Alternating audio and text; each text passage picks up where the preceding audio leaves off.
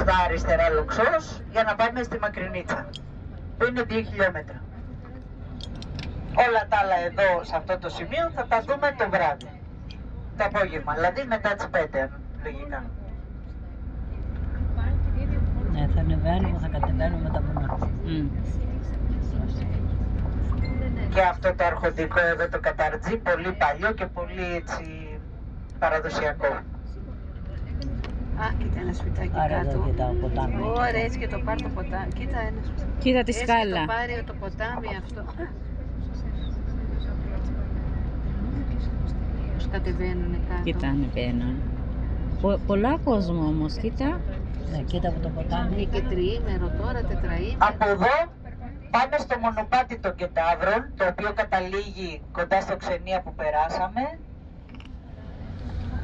Και είναι μια υπέροχη φυσιολατρική διαδρομή με ριάκια, γεφυράκια, ειδικά για την περίοδο του καύσωνα ό,τι πρέπει.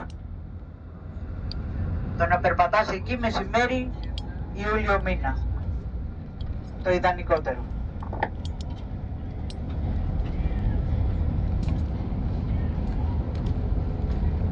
Gagandang mga puno guys. May mga kulay kasi autumn sila.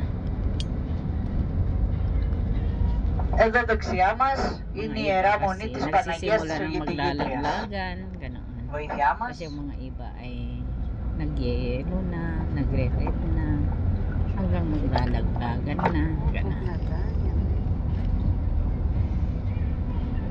Ganun po. Ayan. Manood lang po kayo, Fatima Love Travel po. Marami kayong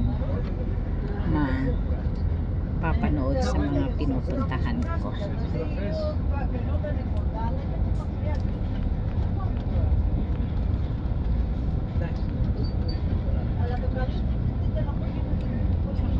O, diba?